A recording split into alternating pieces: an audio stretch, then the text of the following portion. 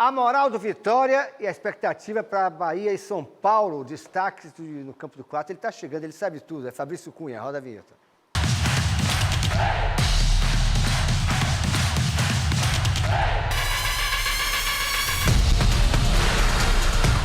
Bom dia, Casemiro Neto. Como é que tá, meu irmão? E aí, chegando a hora do Vitória entrar em campo, né? Atlético, né? É amanhã contra o Atlético Paranaense lá na Liga Arena, né? Na Arena da Baixada, em Curitiba, jogo dificílimo.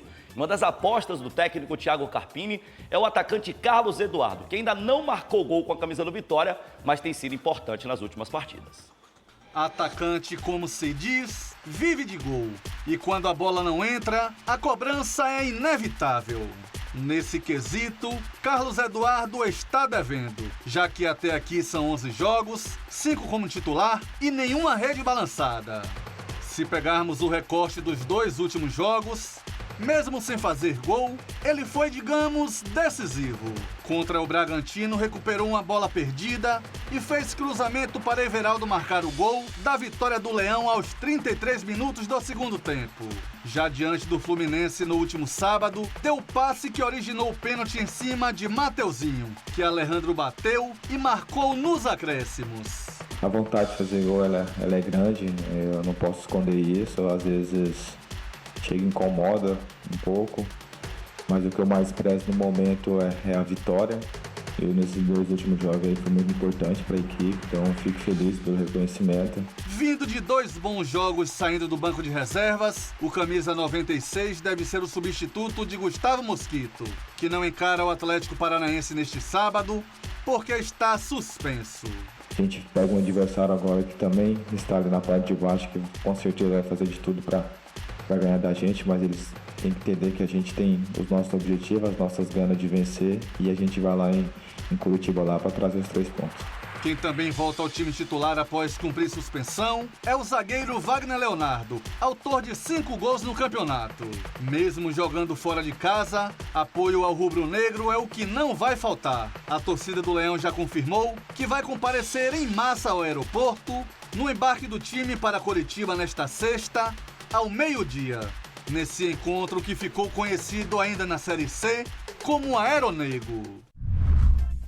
E daqui a pouquinho a gente fala desse aeronego programado para hoje ao meio-dia no Aeroporto Internacional aqui de Salvador. Bom, a gente viu a volta do capitão Wagner Leonardo, grande reforço para a partida de amanhã contra o Atlético Paranaense. Mas Carlos Eduardo segue sendo a bola da vez. O atacante de 11 partidas não marcou gol, tem uma assistência, mas tem sido fundamental, como eu disse agora há pouco, como a gente viu na matéria de Rodolfo Rage. É bom lembrar que além desses jogos que o Rodolfo Rage trouxe pra gente, contra o Juventude ele também sofreu o pênalti batido pelo Mosquito, que resultou na vitória do Vitória naquela ocasião sobre a equipe de Caxias do Sul. Caio Leone falou sobre a importância de Carlos Eduardo, mesmo ainda sem ter marcado o gol com a camisa do Vitória. Na temporada que marcou mais gols foi em 2017, no Goiás, onde disputou 57 partidas, marcou 12 gols e deu 2 assistências. Carlos Eduardo nunca foi um grande artilheiro. Para ser bem honesto, ele me surpreendeu com o desenvolvimento que teve no rubro-negro baiano. O que ele tem feito na fase final tem sido preponderante para os resultados positivos. O pênalti que sofre contra o Juventude, o passe que dá para Everaldo selar o resultado do jogo contra o Red Bull Bragantino, além do segundo gol contra o Fluminense, que ele marca a pressão, tira o conforto do adversário, consegue passar para Mateuzinho, Mateuzinho sofre o pênalti e Alejandro bate muito bem e o Vitória vence um confronto direto e importante.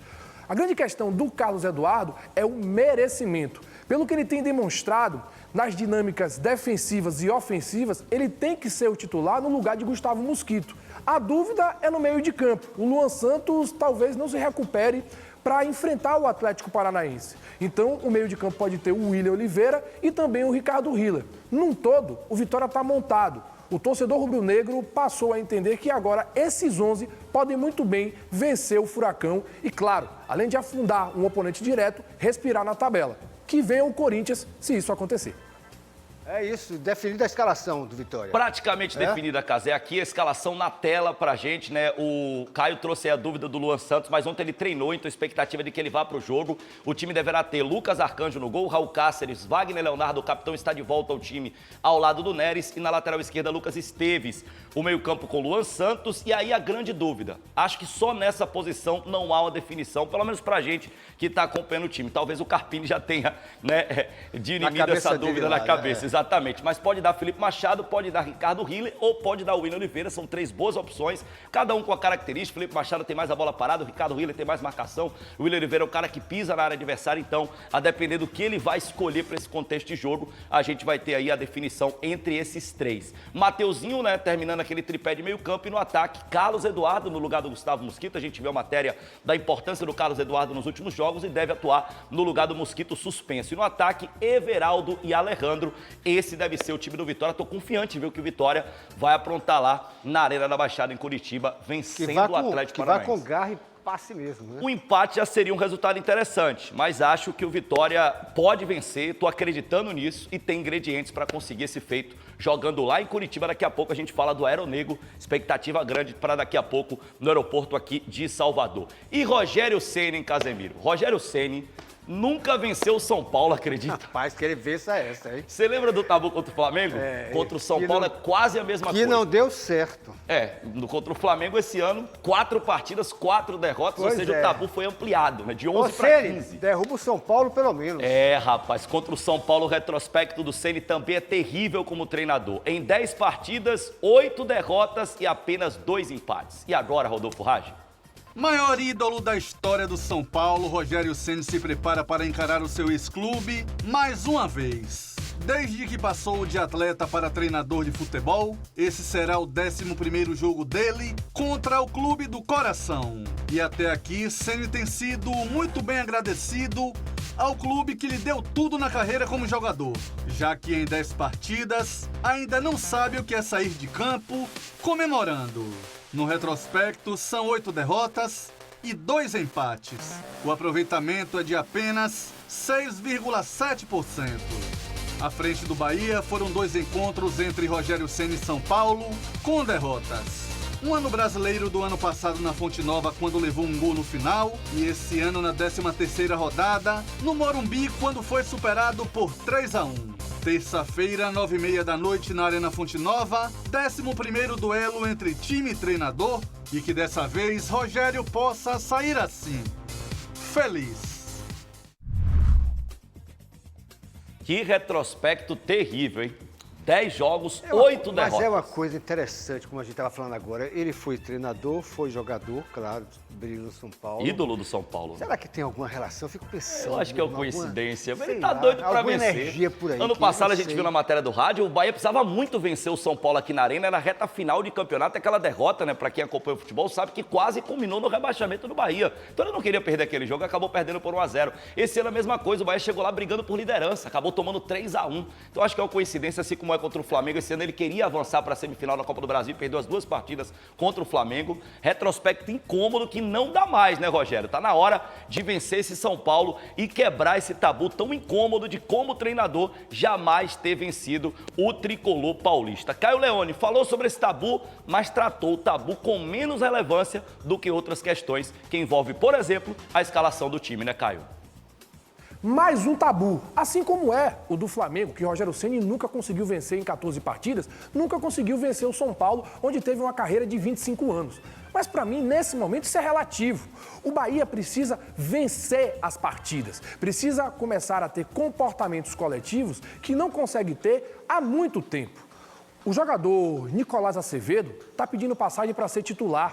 Tem o Caio Alexandre mais à frente, como jogava, por exemplo, no Fortaleza, que tinha a proteção de Zé Wellison para que ele saísse do jogo sem ser marcado. Então, isso é muito mais importante do que propriamente o tabu. Ele precisa olhar para o campo e entender que Ademir e Lúcio Rodrigues precisam iniciar, já que Biel não vai poder jogar por conta de um problema na coluna. Em tudo que cerca esses problemas de Rogério Ceni, quando não consegue performar contra o São Paulo, contra o Flamengo, o mais importante é que ele faça ao Bahia um time competitivo novamente. Ele tem um Cauli, que ele consegue, inclusive, colocar como titular e acredita muito no atleta, mas chegou a hora de entender que Cauli também pode ser um jogador a figurar no banco de reservas. Ele não precisa ter 4 jogadores no meio de campo. Ele pode muito bem ter um 4-3-3 com 2 extremos. Por que não? Aí sim, a gente pode pensar em tabu. Mas, nesse momento, o mais importante é fazer o Bahia voltar a jogar futebol. Coisa que não acontece há um bom tempo. O cara mais estiloso Um abraço, da imprensa Caio, esportiva, né? ele é. O Tô que com ele saudade coloca dele, fica ele é bom. ótimo, ele é ótimo, Repercutindo isso aqui nos bastidores. Braço todo fechado. Grande na Caio tatuagem. Leone, né? Além de um excelente comentarista, Muito tem um bom, estilo excelente. espetacular. Um abraço para esse grande comentarista aqui da TV Aratu, nosso grande Caio Leone. Copa do Nordeste vem aí ano que vem, hein? Se preparem. Pois é, rapaz, então esse Bahia, né, que tenta aí ter o Acevedo como titular, a gente viu no comentário do Caio Leone, né, o Caio Alexandre pode jogar um pouquinho mais à frente, tendo o Everton Ribeiro, o Cauli pode sair do time, ou seja, depois que o Rogério chegou, que tudo tem um limite, tá todo mundo na expectativa de um Bahia modificado para o jogo da próxima terça-feira contra o São Paulo, confronto direto aqui na Arena Fonte Nova. Bom, ontem o Corinthians, concorrente direto do Vitória contra o rebaixamento do Campeonato Brasileiro, foi eliminado da Copa Sul-Americana. A gente teve uma excelente transmissão emocionante no comando de Kleber Machado e a gente vai com parte dessa transmissão com os gols que eliminaram o timão do campeonato. Estádio lotado e o Corinthians bem, hein? Começa bem o jogo. Memphis, grande devolução, deu um calcanhar pro Yuri Alberto!